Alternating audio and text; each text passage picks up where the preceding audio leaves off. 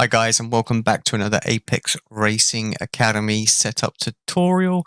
And wow, with a new season, iRacing Season 4 2020, we introduce a few new cars to our service. And yeah, without further ado, we need to crack on and get the setup guides ready for these. So this is the Porsche 911 GT3 Cup car. And yeah, Kevin will be the coach for the next season at least. And yeah, if you're watching this on the Academy Discord, thank you. Welcome to the service, and thank you for subscribing. If you are one of the iRacing members that are taking the opportunity to review this on the iRacing forum as well, thank you very much for taking an interest in what we have to offer. And yeah, hopefully you'll get some good value from this video. And if you want to know any more, then do post either in the comments on the video or in the forum or on our Discord, and we will try and help you out the best we can. With the little note that, of course, the Academy members just get a little higher level of support as opposed to those on the open platforms. But right, yeah, let's jump into this Porsche. And I'm going to break this video down into two parts, two videos. And the first thing we're going to do is we're going to talk about tires, how we set them up from perhaps like the baselines that iRacing give us, and perhaps some real world physics as well about what to keep an eye out for. With all of my videos, if you watched any of them, I have a little sort of like sort of disclaimer in there that kind of says, you know, there are some quirky physics that may occasionally go on with different tire builds. Tire builds change all the time, so this is not going to be a one fit all. But the theory behind it is sound in terms of how you can then, with a new tire model, go and kind of work out the best tire pressure. Right now, I know that pressures generally seem to be quite low all round, but it may be that they might be in a mid-range or they might be higher. And some of the things I'm going to talk about today, we can't necessarily utilize because we kind of want a pressure that's lower or not available to us than kind of what we want. But you know, it may be that, like I say, in future builds, it certainly is. So when we get a baseline set up, the first thing we'll do is we'll just go and run some laps. And that kind of gives us a little idea. Oh, sorry, I should say as well to all of our Academy members, of course, you'll have an Academy setup on here, and hopefully you'll be able to use these to fine-tune the setups that Kevin gives you each week. I genuinely feel like there is a good 1 to 2/10 of a second on a lap available if you take this guide with that setup and fine-tune it more to your own personal driving styles. If you're trying to build a set based off of this, then again, you can follow along and kind of understand exactly what this will do. Right, sorry, back to it then. So tire pressures, yep. From a baseline, we'll just go out, we'll run, 5 or 6 laps at least. 1 or 2 is not going to be good. More than likely, kind of sort of 10 is probably a much better idea just to get a true feel of the car, what's going on with any new build. And then what we'll do is we'll come back and we'll look a little bit more at the tread remaining. So obviously you have advanced tools that you can use. So VRS is one of them, Motec is another. Of course, there's Atlas as well. And that will help us to determine whether or not we've got the right pressures by some of there. But that's more of an advanced sort of class, if you would have it. Happy to show that within the Academy. But now what we're going to do is we're going to focus really on the tools that iRacing give us.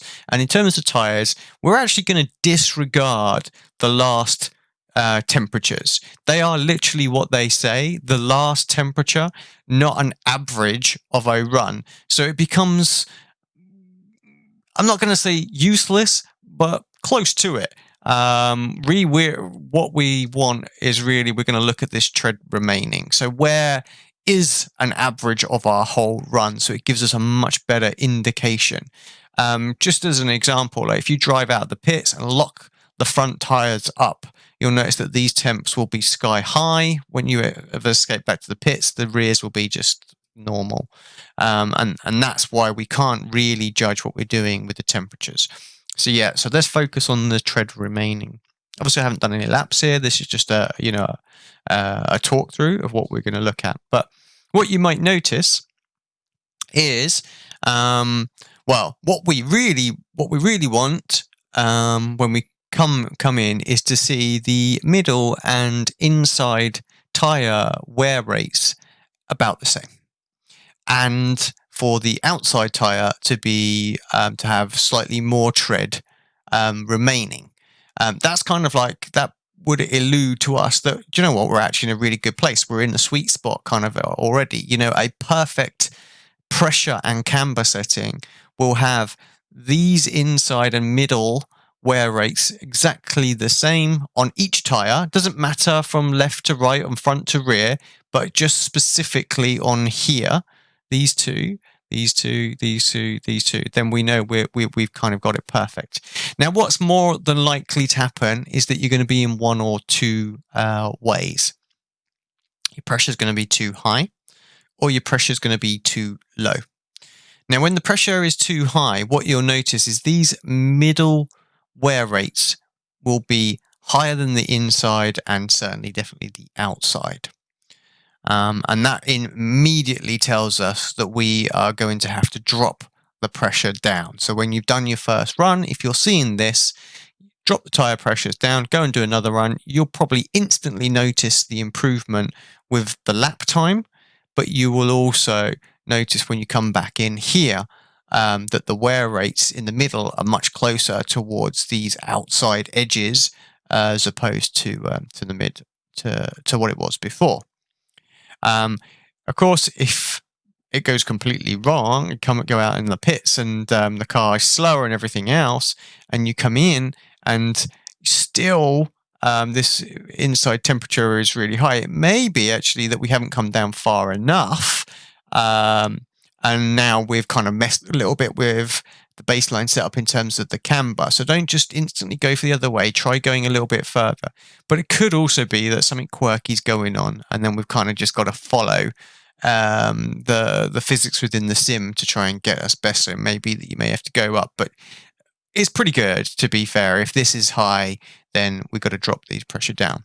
Now, of course, if the opposite is true, you come out from that first 10 lap run and this inside wear is lower than, well, first off the inside edge, but also the outside edge, then what that's telling me is that the tires are underinflated. So when they are overinflated, they essentially bulge in the middle, and that is why the middle of the pressure of the tire is wearing more, because we're running much more on the middle, just like it is on our road cars.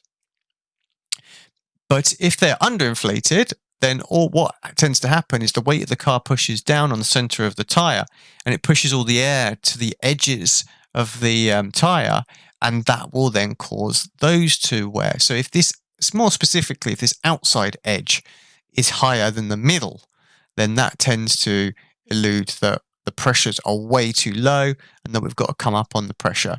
And then in this case, what you do is you put some pressure in, go and do a run, and you'd notice the difference straight away. So that's how we can quickly identify what we need to do in terms of the pressures to get them in the sweet spot. It's going to take a few runs, and you should notice that actually you're going to be gaining time or every run the closer you get to it. You basically want to keep doing it until you kind of see these figures very close to each other, or until you get to a point where actually the lap time starts to slow down again, and that means you've gone beyond the point of the kind of sweet spot. You might not get them perfect because the cambers now need changing to get that. So once you get it to the point, either, like I say, where you stop finding lap time pace by the tweaks, and or this starts to be a higher wear rate on the outside, then you kind of need to back it up a little bit to the last best lap that you've kind of done. And then what we'll do is we'll start to focus on cambers to get us a better time. So on the baseline setup, camber at the moment 4.8. Where does it go up to? It goes up to 5, so it's almost maxed out, and pretty high on the back as well. Where can we go? We can go a little higher on the back. So I'll just cancel those changes. So we're in a particularly high point at this moment. And to be fair, that would be I would expect that with this low tire pressure. We can't go any lower. The baseline already gives us it low. So we're going to need a lot of camber to compensate from the fact that the tire is going to move a lot when it's under load through a corner. So let's explain a little bit about what camber does. Let's say that these black marks are actually your tire. And right now, you can see there is essentially zero kind of camber on them. They're completely flat against the road. Let's just pretend that for the moment. And when we have camber, what essentially we're doing is the tire is more at this kind of an angle. So we're leaning more on the inside edge as opposed to the middle and the outside edge. And we get grip from the tires by having the largest possible contact patch on the track at any sort of given time. When we're going through a corner, the car has a habit of rolling, so we load up the outside edge more, or so the outside tire more than the inside edge. And when that car does roll over and we load up this tire, this is the one that's really generating all the grip, not the inside ones. There's a bit of grip here, but nowhere near as much on the outside edge. So the car will roll over and you always see it. So it dips down. You can see the right-hand side. So let's say this is Pouon that we're going around, and the car we would roll over to this right-hand side. And when the car rolls, instead of having this camber, I know this is an over-exaggerated amount, but instead of this camber being all the way over here, the car will roll and suddenly the tire stands up on itself. And then we've got this really large contact patch making contact with the circuit. So that's why we have camber. Now, of course, we can only have a fixed amount of camber. Every corner on the racetrack will want a different amount. The more G's you put in, the more camber we will need. The less G you put through a corner, the less camber you will need. This is why, like, active suspension that can restrict the roll of the car, dependent on the load going through it, is such a winner, but also bad. Because you can literally limit the roll of the car to have the perfect contact patch for every single corner. What we are basically dealing with is we are trying to find the best average camber that gives us the best average wear rates and the best average contact patch through the circuit. We're never going to get it perfect for every single corner.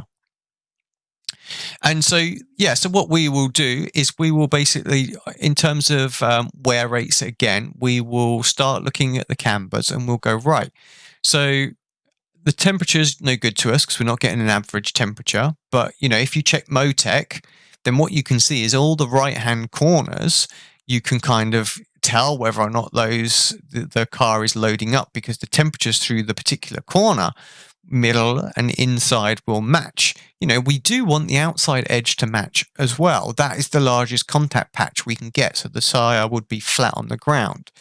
But if we ever go beyond the point of it standing up and it starts to lean over, what we're actually doing is running on this outside edge. And instead of the tire digging into the surface, using the G-force to dig in, we would actually be coming at it this way.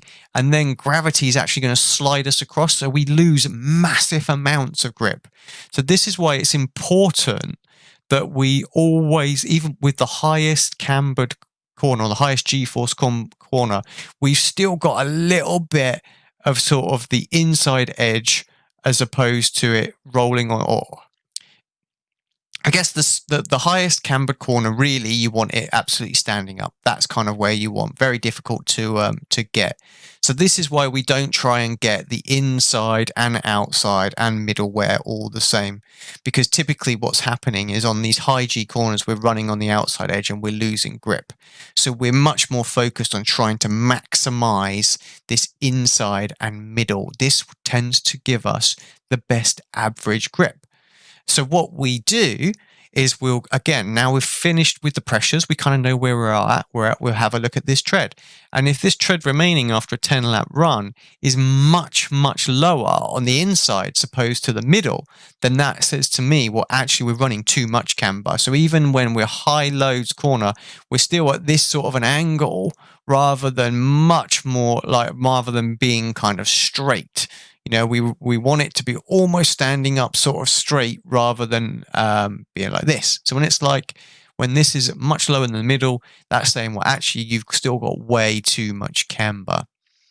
Now, if you haven't got enough camber, then as I said, this outside edge is still going to come into play.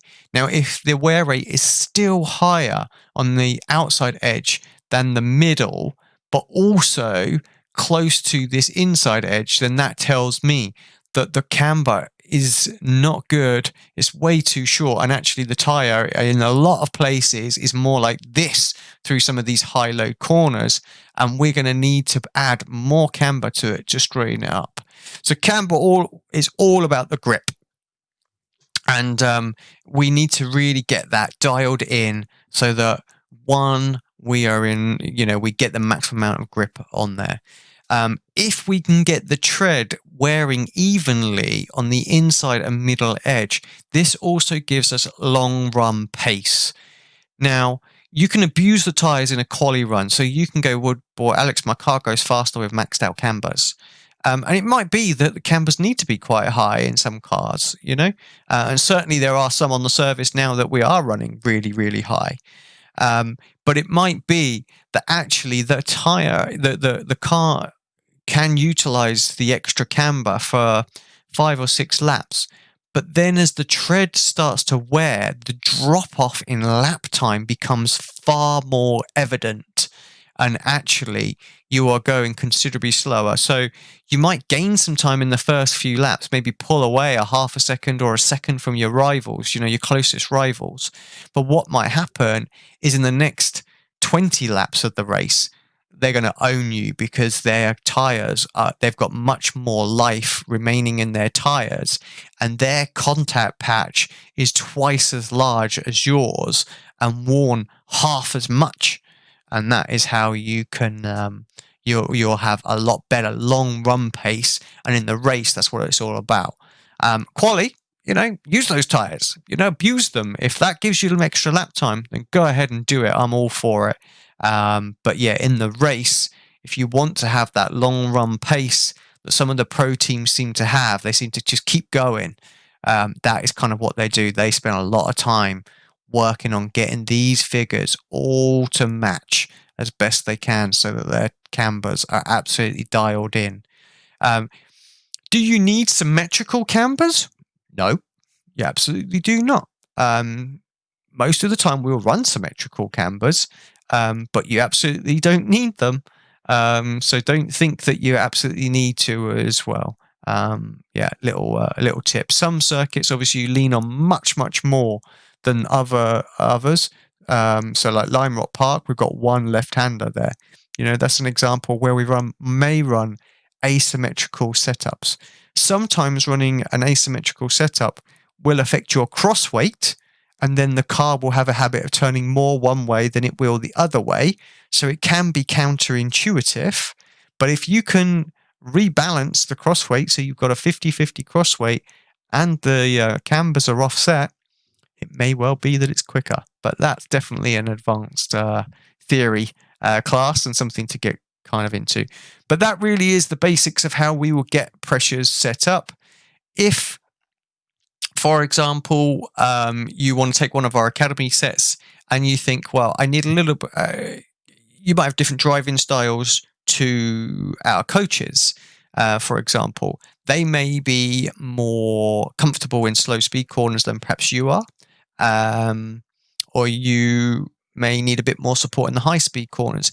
There are some minor changes we can do. And this is, like I say, when we get a tire build that actually gives us a bit of range, that we can play with up and down either way on our tire pressures, this is when some small tweaks can come into favor. So lower pressure on the rear, for example, will give you more grip in the acceleration zones and coming out of like slow speed corners. I like to give the example of a dragster. You know how low their pressures are, and that's because it really digs into the ground and the asphalt more. We can't run that low because we need support in the corners. But yeah, if you want more support in coming off the corners and you want to reduce wheel spin, which will also reduce wear, then perhaps drop the pressure down. Let's say, we give you one that's 145 all round. But you want a little bit more support in those slow speed corners, and you find a bit of wheel spin, then just drop the rear pressure down one click, and that may give you a little bit more support. If you find that your car is perhaps a bit squirrely through some of these high speed corners, again, I'll use Puon as an example, then maybe actually the pressures are too low for your driving style.